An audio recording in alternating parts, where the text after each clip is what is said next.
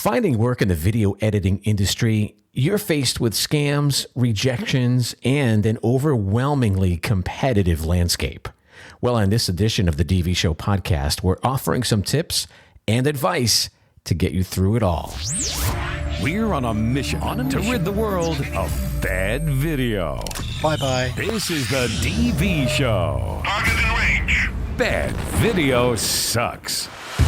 Welcome to another edition of the DV Show podcast. My name is Brian. Thanks again for joining us, listening to us, staying subscribed to our email newsletter, visiting our website. Thanks for everything that you do. This is a podcast that's been around for a very, very long time because video production over the years does not get boring, especially now.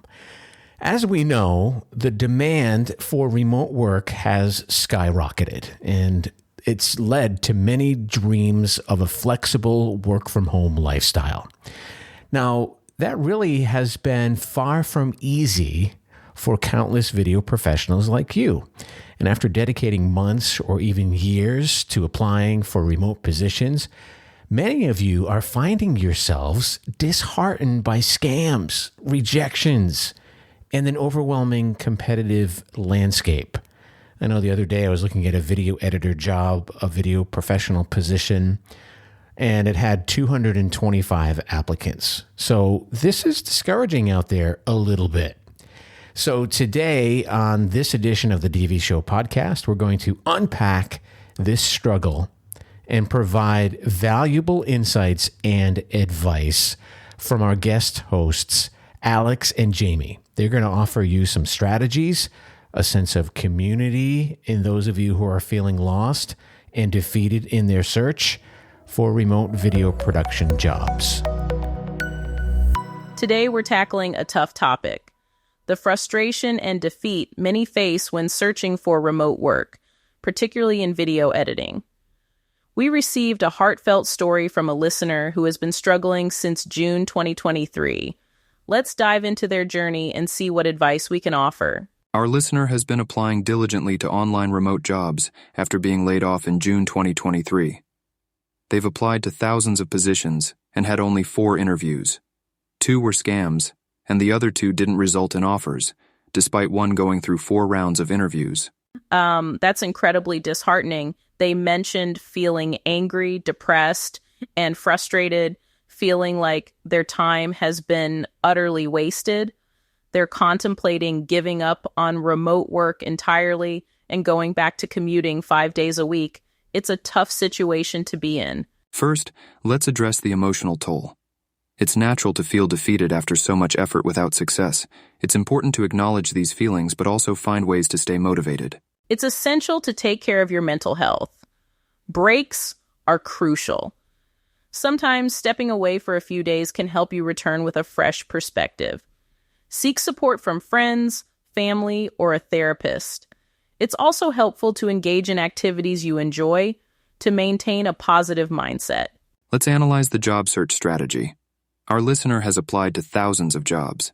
It's vital to ensure that each application is tailored to the specific job. Using generic resumes can often lead to rejection. What else can they do? Networking is key. Reach out to industry contacts, join relevant online communities, and engage on platforms like LinkedIn.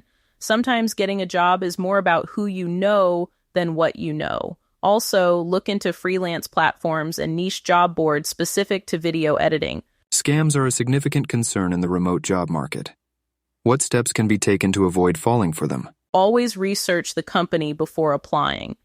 Check reviews on sites like Glassdoor, and be wary of any job that asks for money upfront or personal information early in the process.